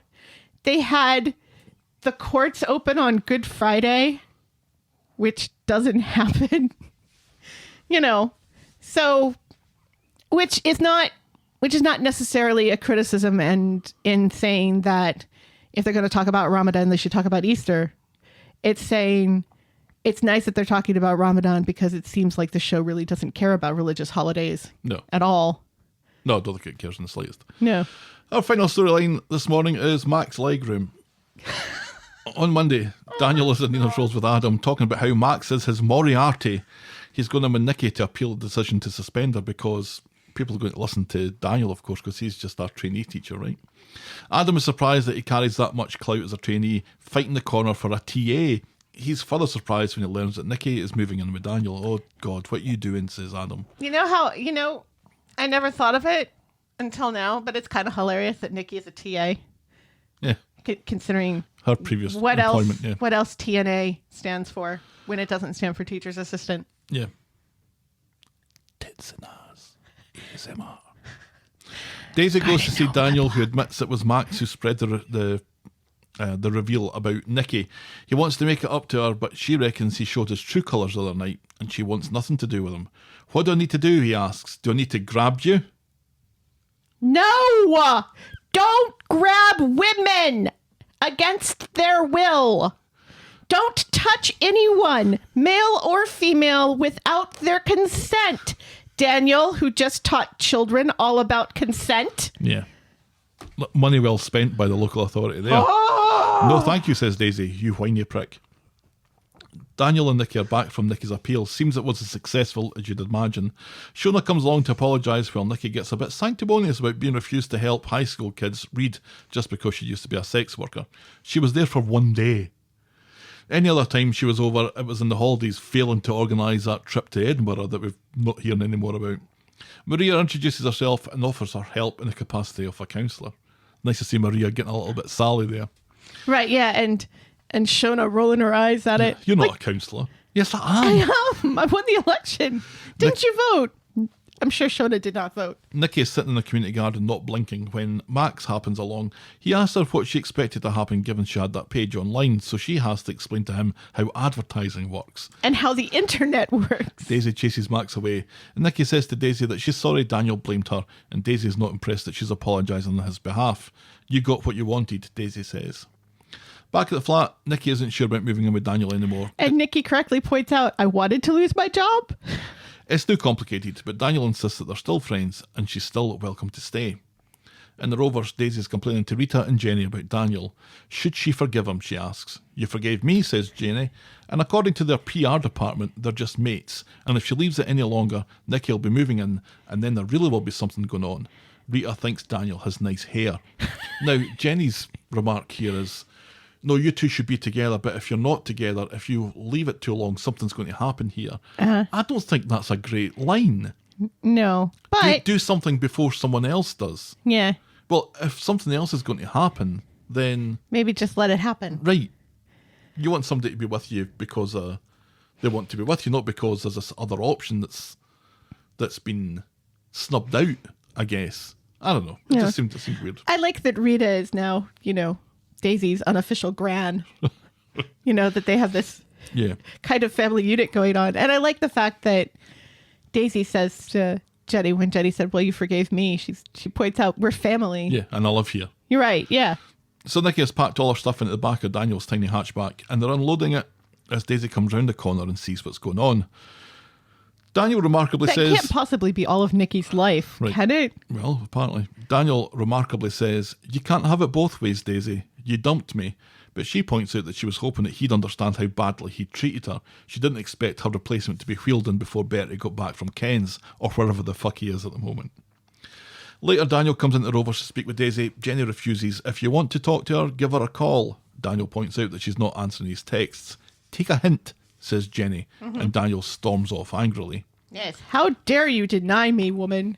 Outside Daniel's, Nikki and her wee lassie are accosted by a journalist from the Weather Gazette, interested in her escort story, but maybe not entirely planning to tell it from her side of the thing. Right, yeah. At first I was like, oh, good. This reporter's going to talk about how she was unfairly treated. And then it's like, oh, no, that's not the angle here. No, it's a the scandal. angle is, how dare you think that you can teach women, you soiled woman. Yeah. of the night. Harlot. Nikki tells her wee lassie to cover her ears. That was funny. Yes. Inside, Daniel isn't surprised at the Gazette, but doesn't think he carries any clout at the paper anymore like he ever did. Right. He seems to think he has clout at this school. Being a trainee teacher. But not at the paper where he worked. Doesn't work. Where he worked for quite some time. And in I don't other think he ever worked there. He was and freelance. Yes. But in other storylines, whenever anybody asks him for help getting something in the Gazette, he jumps at it and is always able to call what's her name with the hair. What's her name? One with hair. With the brown hair and the middle part. Chris. It's Chris. Chris, yes. And then the other one with the foreign name. I'm not playing this anymore. Nikki, though, is worried that her family are going to catch wind of this, and she suddenly changes tact and decides to go and speak to Daisy on Daniel's behalf, which already hasn't gone down well. Nikki and Daniel deserve each other, I decide. Yes. So Nikki goes to the Rovers to speak with Daisy, saying that everyone has gone to great lengths to tell Daisy that Daniel is crazy for her. No one is standing in their way apart from you. And in a booth, Fizz, voice of the audience, says that she can't believe that they're fighting over Daniel fucking Osborne. Then Nikki realises that the Gazette story is all online already, and her family, who must sit and hit F5 on Gazette Online constantly, have already found out. Yeah, how... And one of them lives in Saskatchewan. Lytham St Anne's or somewhere. It's not even Weatherfield. On the street, David sees Daniel with some co-op bags, so Daniel explains about Nikki moving in. Yeah, you like them damaged, says David. Daniel tries to make Like our Max Bethany. feel guilty, while David appears to have an oddly non-progressive view about the whole situation. Right, yeah. I wanted to punch David in the face this week. Max calls Nikki a liar. This makes Daniel wonder why he's keeping Max's secret about Amy. Maybe it's time for the truth to come out. You'll get the jail, says David. Either you tell her, or I will, says Daniel. And that shuts the pair of them up. Yeah, it's... And I was like, what did you two think was going to happen? Right. Giving Daniel such a hard time about this. What did you think was going to happen? Yeah, you play it very coolly when anything's happening with Daniel, because he's holding this thing over you. Right. And they seem to forget. Well, it's mutual assured destruction, because Daniel doesn't come out of this, as we know, looking... Smelling of roses, right, no. looking very great. But still, if you push him far enough, he's just as likely to push that button. So on Wednesday, Amy and Tracy are having some trammy time at Nina's Rolls, but Amy's nose is stuck on her phone and she finds some distressing news and rushes off. Nina advises Tracy to be worried. That girl is seriously wired, says Nina. And she should know. Right. At number 8, Max wants to dog it from school to avoid hassle from Mr. Osborne, but David's having none of it. Max isn't about to tell Amy and thinks Daniel is bluffing anyway, so you can shove it up your arse. Right. Up your arse. Outside, Nikki shouts into Devs for her invisible child, while Daniel and Max eye each other suspiciously. Nikki wants Daniel to drop it. Why should I drop it? Because it's stuff that happened to me, says Nikki, so Daniel agrees to let it go. At school, Amy accuses a young Tim Henman of spiking her drink. Tim Henman tells her that she's crazy, so Amy proves that she's not by throwing a drink over him. A hot drink, by the way. Yeah. It's coffee. And no, he doesn't shout in pain or anything. Well, he had a jacket on. Yeah. Amy saw his socials bragging about the party being a dead loss or something, and he keeps on looking at her. That's her proof. Daniel comes out to break it up, and as Amy goes home, Daniel tells Max that this is all on them. So Daniel goes to speak to David and tells him that he's decided that he's going to tell Amy today, and explains what went on later. He had no idea that Amy was struggling so much, and neither did David. She's far more traumatised about thinking she was potentially getting raped than he'd thought. Daniel won't be talked out of this. David says he wasn't going to try. Men. In Nina's Rolls, Amy admits to Asha that she's been cyber stalking all the boys in her year to figure out who stalked her, and she's been doing it for weeks. She thinks she's been behaving like a psycho. Then in comes Max, who finds a tough crowd with Asha, Amy and Nina. Nina tells him to leave, so Max just sits down and asks how Amy is. She's permanently scared, she says she can hardly sleep, and she has no self-confidence because someone she knows tried to drug her so they could rape her. And this Mr. Someone is having a good laugh at her expense right now. Max apologises and tells him that he is Mr. Someone. He explains, though, that it wasn't meant for her. He didn't want to hurt her. It was meant for Daniel. But he didn't want to rape him either. He wanted to punish him, make him feel helpless. Amy calls him disgusting. You don't know the half of it, says Max, because Daniel knew all of this and has known for ages. Amy and Asha leave, and Max takes a seat again because he'd stood up, and no one listens to Nina, and Max doesn't leave. Right. So it's like you think finally Max has taken responsibility for his actions. Right. He finally recognizes that he's been the asshole all along and that his actions were bad. Right. But then But you realize that he's only thinks that his actions were bad when it comes to Amy. And that trying to drug Daniel was okay. And also, he still has to find a way to punish Daniel. yeah, because Daniel's the real villain in all this. Yeah. Yeah. Not me. Not the one who drugged your drink. Daniel is the real villain. Well, in all it of all this. goes back to Daniel telling Max that David was raped. Right. But he doesn't explain that part to these girls who apparently don't know about David getting raped. But that is already so far removed from the situation Right. at the moment. So And- much has happened since then. And David has already very explicitly told Max, you did not do this for me. Keep me out of your vendetta. Yep. I am not, I was upset initially, but I was never this upset. Mm-hmm. I don't want Daniel to be harmed for this. Amy storms off to confront Daniel on the street just as Tracy arrives. What the fuck's going on? Amy explains that Max spiked her and Daniel knew and kept it quiet. Well, it's not as simple as that, says Daniel. He lies and says that he thought telling her would set her back. He never thought that. He never worried about that, I don't think. At least Max was honest, says Amy, and she storms off. What the fuck is wrong with you, says Tracy. And he also points out, well, I was going to tell you later on today. And Daniel is lucky to be alive. Max goes home to tell David and Shona what happened and that he's already come clean with Amy. David thinks that's probably for the best. What now, asks Max. Pray that she doesn't tell police, says David. At number 1, there's a Barlow McDonald powwow. Ken is quick to blame Max. Steve and Tracy reckon Daniel is the main shitbag in this. Everyone has put 2 and 2 together about Max falling down the stairs. Tracy wants to cancel him. Steve points out Amy has been suffering for weeks and Daniel could have done something about it. I'm off to get satisfaction. Satisfaction, I tells you, says Steve. And they also briefly acknowledge the fact that they were not great parents because they didn't realize that Amy was suffering. Right. They briefly acknowledged their part in all of this before, Stuff. saying Daniel is the one to blame. Right.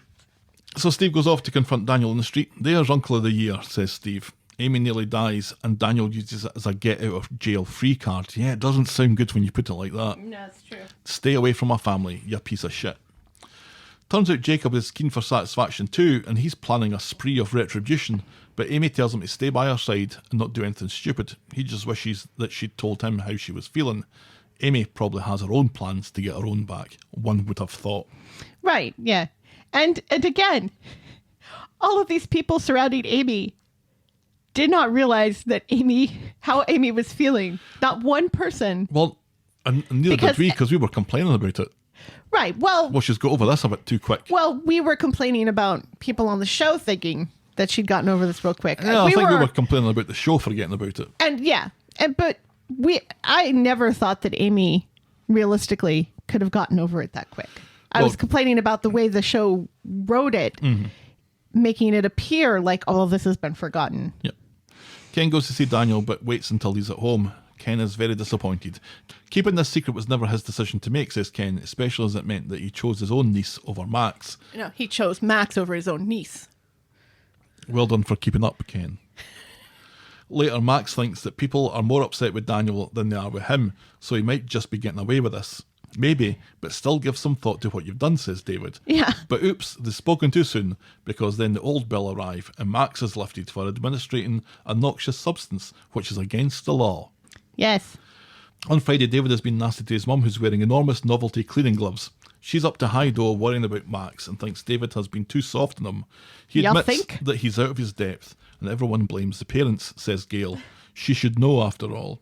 Yes. On the street, Daniel approaches Amy and tries to apologise. She tells him that he's dead to her, but he persists. Jacob steps in and tells him to fuck off, and Daniel decides to make things better by having a go at Jacob. Then Simon appears out of a hole somewhere to wind Jacob up some more. Oh, give it a fucking rest, says everyone. Yes. No one's interested in you, Simon. No. At the barber's, David's had a bunch of cancellations from people who don't want their hair cut by the adoptive father of a boy who spiked Amy's drink. Right, because apparently everybody knows about this already. Right. Maria has no sympathy and Max isn't looking for any. He plans to respond to his critics, but David confiscates his phone so he can't and says, I'm just going to put this in our safe. Right. Right over here. Yes, Max thinks it will make it all better if he explains to the world that he was trying to drug his male teacher Right. and not a girl for sex. Right. Adam and Sarah, what's difficult to understand about that? Adam and Sarah are in This will make it all better, says with Max.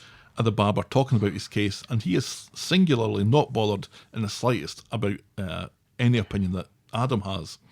Adam is furious. Max is just sick of saying sorry. Adam thinks David taught him everything that he knows and hopes that they come down hard on him, but not like that.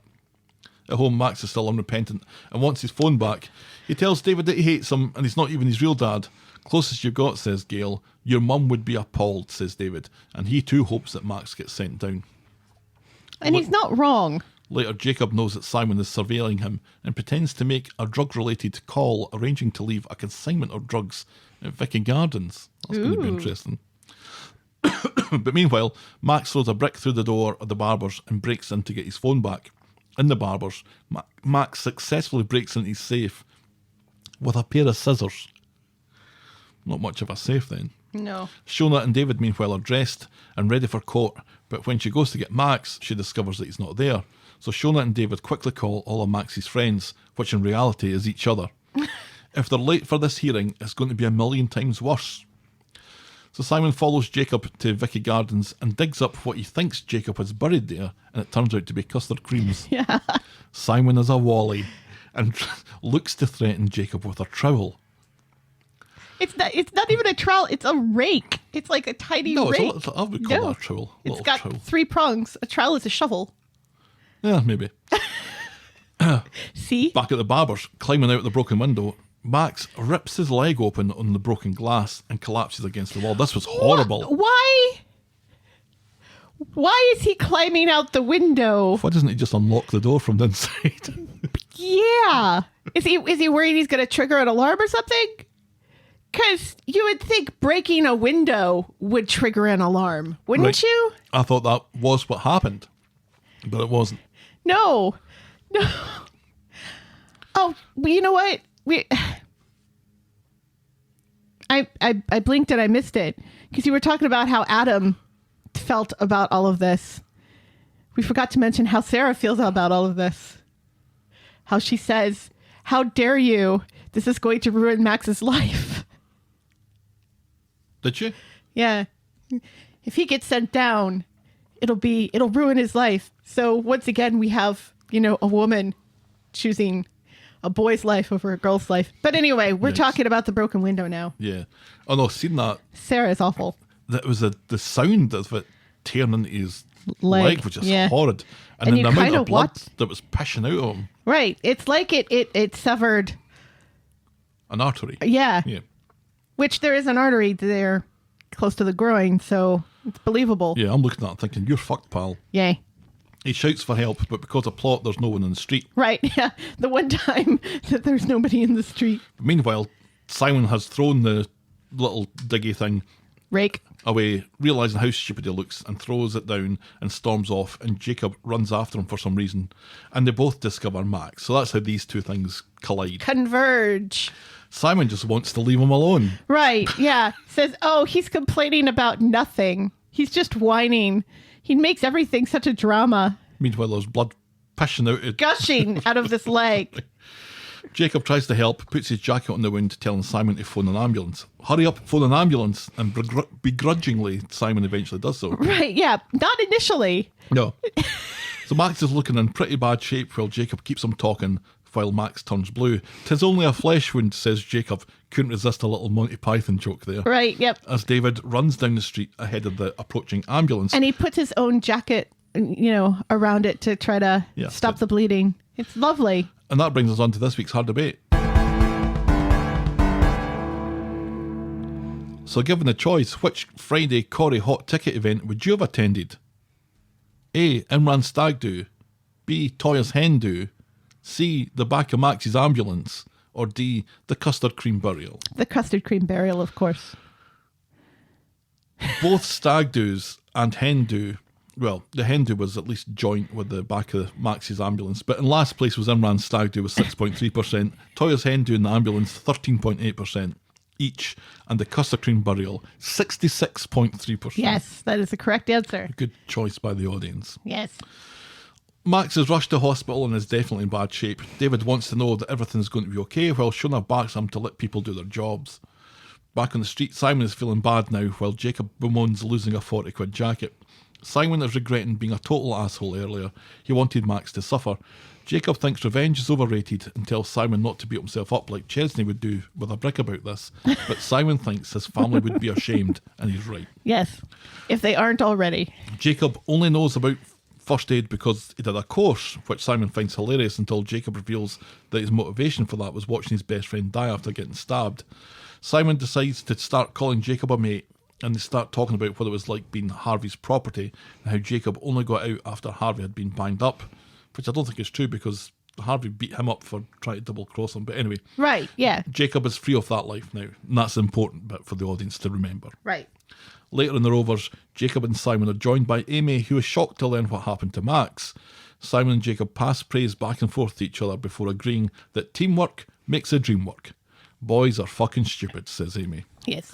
And she says to him, weren't the two of you at each other's throats earlier today? Yes. And Jacob's like, well, he's realised that I'm Mr. Charisma. And Amy laughs just very briefly, but then looks kind of either confused or upset about it.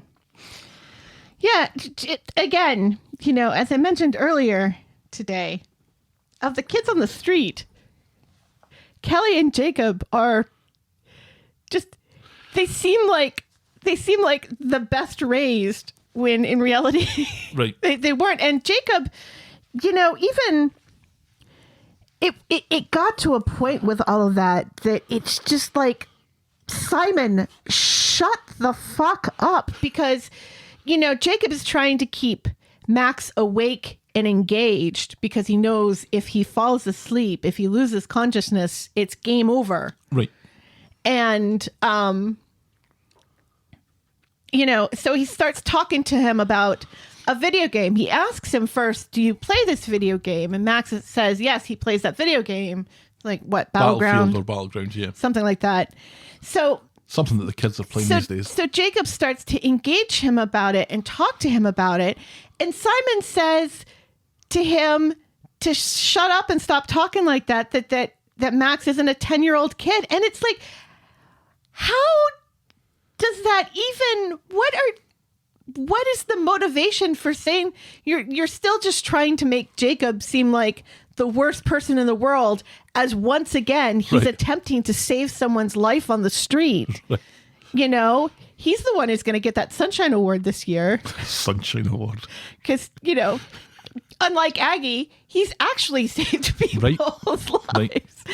You know, and it's just like, again, this is what I was talking about earlier, that it must be very hard to play Simon because it seems like the writers go out of their way to make him the worst person in the world. He knows nothing.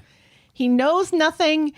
And when other people try to do the right thing, he's critical of them doing the right thing. Right. It's like, enough. You don't have to go overboard on this. Talking about going overboard, though, I thought Jacob was maybe going a little bit overboard, trying to tell people that Simon did things that he didn't do. Because Simon didn't help the situation. As you said, he kind of made it worse.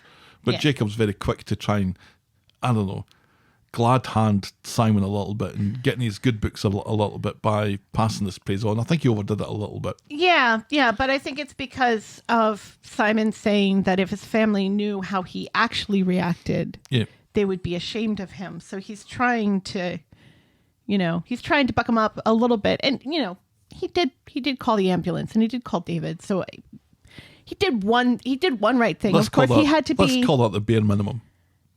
Yeah, and he had to be forced to do it. Back at the hospital, the doctor comes out to tell David and Shona that Max is in pretty bad shape, has lost a lot of blood, and his heart is struggling, and there's glass in the wound, and that needs to be removed, and he needs urgent surgery. He's going to be okay, though, says David.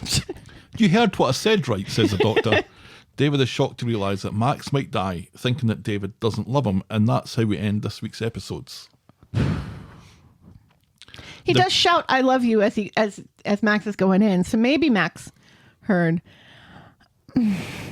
The makeup on Max was pretty good. Was quite phenomenal. He was blue. Yes, he looked close like he was ready to go. Right? Yeah, and I like that Max almost dying, or maybe dying. Who knows? I like that gave Jacob the opportunity to again play hero and kind of mend fences with Simon. I'm glad that has happened, because I was just so tired. Couldn't take another week. So of Simon tired being of like this that. Simon vendetta, and with Simon being okay with Jacob now, and Jacob being the hero of the story. Maybe even more people. Because remember, it was him saving Amy's life that got Summer and Asha and Addie on side with Jacob, and sort of got Jacob on side with Tracy and Steve. Yep. So, yeah, and I'm hoping maybe... How many lives does Jacob have to save before everybody... before people forgive him? Because let's remember, Abby has saved an awful lot of lives on the street as well, getting people out of that factory before it caved down, and she nearly got flattened by that wall, and also that time she kicked that door in to save somebody, and also that time that she saved somebody from a burning building or something. Who knows? And yet people still treat her like trash if she ever trips. I think you're substituting Abby in for some moments that she was nowhere near there. Anyway, it was I was overblowing it because I noticed. Yeah. That was intentional. Yeah. Anyway. That really wasn't intentional. It was intentional. ASMR. Garden gnome butt plug. So I like it for that. I am frustrated that Max being near death has seemed to erase from David's mind that Max has done very bad things. Continues to do very bad things. And continues to do very bad things. I'm worried that if he recovers, people are going to forgive him. Amy's going to drop the charges and everything will be fine. Let's hope not. Because he's done some really, really shoddy things here. And I'm not sure whether he's done the bad thing because he wants to do the bad thing, or if he just doesn't think about his actions. I'm not sure which. It really feels like he just has that part of his brain is missing because of the fact that he keeps, going after Daniel no matter what. And let's remember the fact that he's almost dying is because he broke into the salon to get his phone, which is a bad thing. Right. He broke that very expensive window. Looked a nice window. And frosted glass. Right. Yeah. It looked thick too. Mm-hmm. So is he going to die? And then he didn't walk out the door. Is he going to die? I'm trying to think, is Max dying? Does that further along any of the storylines that Max is involved in? In my mind, it doesn't. However, Max recovering doesn't either. I can't see a way for him to recover. Because if he recovers, he needs to go to jail. And I'm worried that he might not go to jail because he almost died and that he'll still be a shitbag. Mm-hmm. And I don't think that's great. I think if he dies, I think that will have an effect on David, but I don't necessarily think that effect on David will be I don't want to say it won't. I have a feeling it wouldn't be good because of course it wouldn't be good because his son is dead. But I'm concerned that it would make David feel guilt about all of this and that he should have. Well, he's going to feel guilt either or. No, it's true. I think there used to be guarantees over this sort of thing for that maybe not a guarantee, but maybe very unlikely to happen. Mm-hmm. I don't think that's very unlikely that Max dies. I don't think it's very likely, but I think there is no precedent now to say one thing is more likely over the other, given that we're almost a year gone since Seb died, and you'd think that Seb's a young guy, a good character-ish. Was becoming a better character towards the end, right? yeah. And then, he's gone. Are we saying then that they've changed Max's character just to kill him off? Maybe it needed an older actor to be able to carry these scenes a bit more convincingly. I don't know. I wonder if that is the course they're taking, if they may be regretting the fact that that's the course they're taking now that he's been nominated for an award as Best Newcomer. Yeah, he's good. Yeah. I think his life literally and his future on Coronation Street is in the balance here. I don't think there's anything set in stone that's going to say, yeah, you're not going to kill off a young kid, and you're not going to kill off a character that's just really joined with a new head. I don't think that's really valid anymore. I don't think we're quite Game of Thrones territory where every character is at risk, but I think his character maybe is a little bit dodgy ground. I think younger and newer characters are more at risk than, say, legacy characters. Right. Yeah. And because he's obviously not a legacy character because he's still a kid, and the fact that they've already made it apparent that they have no problem switching heads for these younger characters. I don't know. We will wait and see, but yeah, it's it has been a while since we've had a death. When's the last death we had? Oh, really? My God! Really? I'm How quickly so forget sorry. Laura the Chin. I'm so sorry, Laura the Chin. I'm so sorry. 2 weeks ago? I'm so sorry. I guess I was thinking more along the line. And then Johnny wasn't that... You just forgot. It's fine. You don't have to validate it. That was the week, the Coronation Street. It was. What was your moment of the week? Gosh, it's tough. It's tough. It's all kind of in the same storyline. But it's tough. Is it Amy's speech to Max, or is it Jacob saving Max's life? Theoretically, and mending fences with Simon in the process. I imagined I thought Amy's speech to Max was long overdue. Right. And I don't want to say it was the better for it, because I think I would have been a happier person if she'd been able to say this and get this off her chest sooner, earlier. But the way that was delivered, do you want to hear how I'm doing? Here's how I'm doing. Yeah. You asked? Well, here you it go. Is. Here you go. And yeah. I thought Max's reaction to it was pretty great as well. Yeah, but on the other hand, we've given it to impassioned speeches by Amy before. Yeah. And the way Jacob handled that whole Max situation was just really good and really well done. And you know what I kind of hope? I kind of hope that he goes into furthering his medical training, and becomes something like an EMT or something on the show, the way Kelly is becoming a hairdresser. Gets Aggie fired. No. Works with Aggie, because it would be nice if he had yet another... Teaches Aggie what you could have done to save Robert. Yet, it'd be nice if he had yet another mother figure in Aggie, who's, let's be honest, the greatest mother to boys on the show. Because her boys aren't breaking windows and smashing things and drugging people. I do know that. I'm going to leave it up to you. It's your call. And we give it to Amy a lot.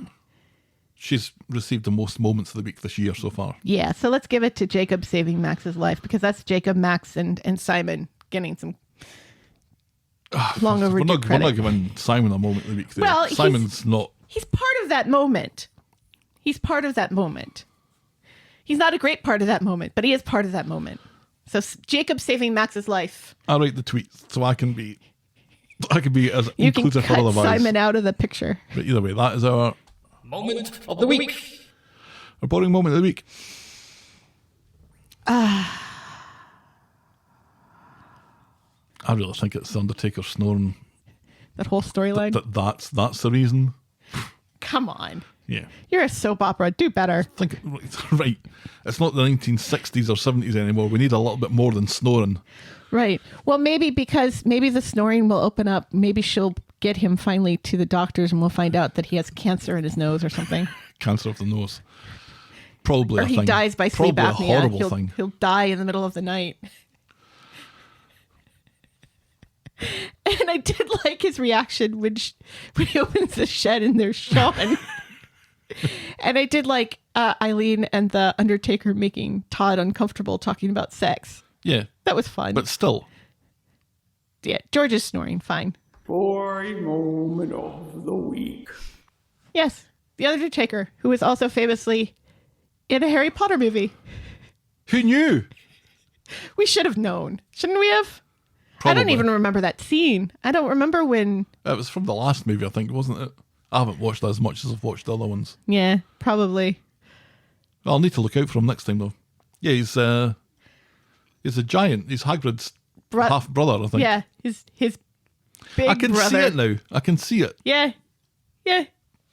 Good stuff. Anyway. If you're in Harry Potter and we should have known about it, drop us a line. We're thetalkofthestreet@gmail.com and we're at Corrie Podcast on Twitter, Facebook and Instagram. You can shout me and Helen a coffee by heading to ko-fi.com. That's ko-fi.com/thetalkofthestreet. Check out the clicky section of voggle.co.uk for links to our merch store and YouTube channel. And if you're so inclined, please leave a rating and a review on the iTunes or your podcast provider of choice. Thanks for making it to the end of another episode, and we will be back next week with more The Talk of the Street. The Talk of the Street. Cheerio.